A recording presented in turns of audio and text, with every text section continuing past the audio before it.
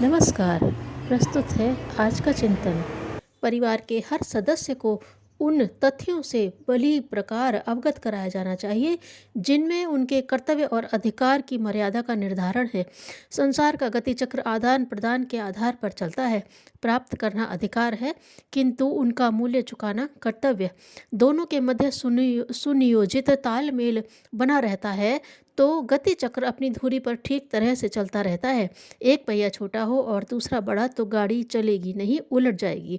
सहयोग की महत्ता से सभी परिचित हैं। पदार्थों का बिखराव नहीं, समुच्चय ही शक्तिशाली बनता है। मनुष्यों का समुदाय ही महान प्रयोजन संपन्न कर सकता है। एकाकी परमाणु भी निरर्थक है और अकेला व्यक्ति भी असमर्थ है। हाँ, मरना मारना हो तो बात दूसरी है। एकाकीपन से अपना अथवा दूसरों का विनाश भर हो सकता है।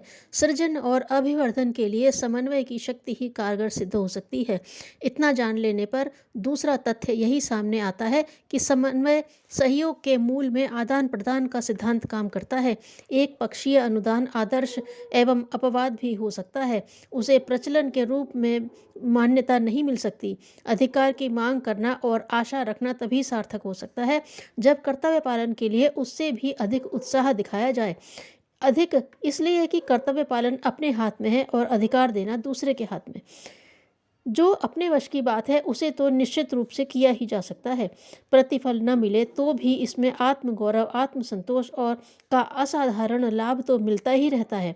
भौतिक अधिकार न मिलने पर भी यह आत्मिक उपार्जन इतना बड़ा है कि उसमें भी भावनाशीलों को लाभ ही दिखता है, घाटा नहीं। परिवार भी एक प्रकार से सहकारी संस्था है। इसमें हर व्यक्ति एक दूसरे को देता है, साथ ही कुछ पाने की अपेक्षा भी रखता है। अभिभावक बच्चों को पालते हैं, उनके लिए कष्ट उठाते और खर्च करते हैं, साथ ही उनसे कुछ आशा अपेक्षा भी रखते हैं। सम्मान और अनुशासन उनकी तत्कालिक मांग है और बड़े होने पर सेवा शुश्रूषा के रूप में प्रतिदान की अपेक्षा रखना बाद की। दोनों एक दूसरे की सद्भाव संपन्न सेवा सहायता करें, यह तो बहुत ही ऊंची और अच्छी बात है। पर इतना तो व्यवहार बुद्धि से भी सोचा जा सकता है कि पाने वाले को बदला चुकाने से ऋण भर से मुक्ति मिल सकती है। न चुकाने पर ऋण भार का दबाव इतना बोझिल रहता है कि उसकी आत्मा ही कुचल जाती है। पत्नी व्रत और पतिव्रत यो निभा तो एक पक्ष की आदर्शवादिता भी लेती है, पर वह विशिष्टों का कीर्तिमान है। स्वाभाविक और व्यावहारिक यही है कि दोनों एक दूसरे के समर्पण सहयोग का महत्व समझें, अनुग्रह के लिए कृतज्ञ रहें और हर घड़ी बदला चुकाने के अवसर खोजें। यह आदान प्रदान जहाँ यथावत रहेगा वहाँ मैत्री निभेगी भी और बढ़ेगी भी। किंतु जहाँ एक पक्ष ने मात्र अधिकार की रट लगाई और कर्तव्य की उपेक्षा की, समझना चाहिए कि खाई बढ़ेगी और प्रीति के स्थान पर विवशता और कटुता ही शेष रह जाएगी। स्वामी और सेवक, व्यापारी और ग्राहक, मित्र, गुरु और शिष्य, देवता और भक्त प्रायः इसी आधार पर एक दूसरे के सहयोगी सेवक बनकर रहते हैं। एक के हाथ खींच लेने पर दूसरे का बढ़ा हुआ हाथ भी निरर्थक ही सिद्ध होगा।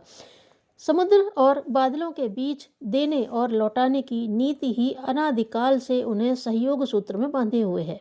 धरती पौधों को एक हाथ में खुराक देती है, पर बदले में दूसरे हाथ में खाद और गोबर के रूप में उनसे प्रतिदान वापस मांगती है।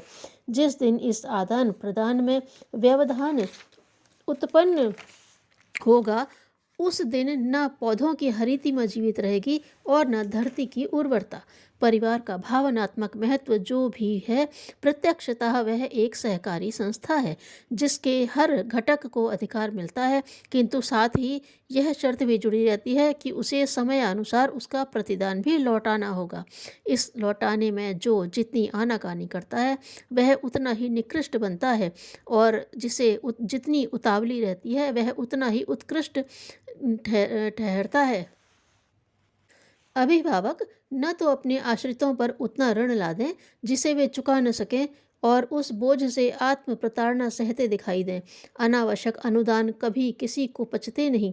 अति का भोजन कष्टकारक होता है और अति का अनुग्रह दुर्गुणों के व्यसनों के रूप में उभरता है। अकर्मण्यता और अहंकारिता तो इसमें बढ़ती ही है, अस्तु बुद्धिमान अभिभावकों के लिए इतना ही पर्याप्त है कि आश्रितों को स्वावलंबी और सुसंस्कारी भर बनाएं। उन पर अनावश्यक संपदा का इतना बोझ न लादें जिसे पाकर वे उपार्जन की चिंता से मुक्त हो चलें और खाली समय और व्यर्थ संपत्ति को दुर्व्यसनों में गंवाकर अपने पैरों आप कुल्हाड़ी मारें। परिजनों का भी कर्तव्य है कि संपन्न अभिभावकों से उत्तराधिकार में संपदा की मांग न करें।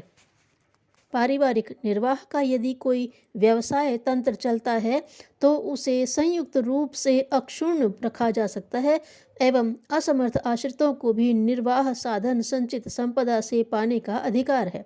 इसके अतिरिक्त यदि समर्थ व्यक्ति उत्तराधिकार में संपदा की मांग करे तो इसे अनुचित ही ठहराया जाएगा। ऐसा वैभव विशुद्ध रूप से समाज की संपत्ति है, उसे भले ही श्राद्ध के रूप में लौटाया जाए अथवा मृत्यु करके रूप में बिना परिश्रम की कमाई और चोरी के कानून स्वरूप जो भी हैं उनकी मूल प्रक्रिया में कोई अंतर नहीं आता। परिवार के हर सदस्य को आरंभ से ही यह अर्थशास्त्र पढ़ाया जाना चाहिए और उन्हें स्वावलंबन के लिए उनकी मनोभूमि विकसित की जानी चाहिए। परिवार एक गाय है जिसका दूध पीने के लिए सभी ललचाते रहें, यह अनुचित है। उसके लिए चारा पानी, धूप छांव एवं सुविधा सफाई की जिम्मेदारी भी इन दूध पीने वालों को उठानी चाहिए। परिवार समर्थ होगा तो उसकी छाया का, शोभा का, फल संपदा का लाभ भी मिलेगा, अन्यथा सूखे ठूंठ से जगह भी घिरेगी और अड़चन भी पड़ेगी। तरह तरह की अपेक्षाएं रखना और फरमाइशें करना तो अनेकों को आता है, पर इस तथ्य को भुला दिया जाता है कि इस संस्थान को परिपुष्ट और परिपक्व बनाने के लिए उससे भी बड़ा योगदान होना चाहिए जो अब तक पाया गया है एवं जो आगे के लिए मांगा जा रहा है। संपन्नता तो एक समर्थ व्यक्ति भी उपार्जित कर सकता है। इस सुसंस्कारिता का वातावरण उत्पन्न करने में हर सदस्य का समुचित योगदान होना चाहिए। गृहपति कोई भी क्यों न हो, अनुशासन किसी का भी चलता हो। इस दृष्टि से हर सदस्य अपने आप में पूर्ण है कि उसे पारस्परिक स्नेह सहयोग को बढ़ाने और सत्प्रवृत्तियों को व्यवहार में उतारने की दृष्टि से अग्रणी रहना है। भूल उपेक्षा या अवज्ञा करने वाले की नकल करना ओछा विचार है। बड़प्पन इसमें है कि श्रेष्ठ परंपरा का निर्वाह किया जाए और भटकों को रास्ते पर लाने के लिए अपना प्रभावी उदाहरण प्रस्तुत किया जाए। बिगाड़ने के लिए एक माचिस पर्याप्त है, पर बनाने को 10 उंगलियों समेत दोनों हाथों को परिपूर्ण पराक्रम करना पड़ता है। किसी भी समझदार को विष की बूंद बनने के लिए कदम नहीं बढ़ाना चाहिए, वरन अमृत घट के रूप में अपनी स्थिति, उपस्थिति और महत्ता का परिचय देना चाहिए। परिवार निर्माण में उस परिकर के हर सदस्य को भाव भरी भूमिका प्रस्तुत करनी चाहिए। प्रतिस्पर्धा और प्रतिद्वंदिता इसी की चलनी चाहिए कि परिजनों में से किसने उस संस्था को समृद्ध और शालीन बनाने में कितनी भूमिका निभाई। यह तथ्य ऐसे ही हैं जिन्हें परिवार के हर सदस्य को बार बार समझने और समझाने का अवसर मिलते रहना चाहिए। धन्यवाद।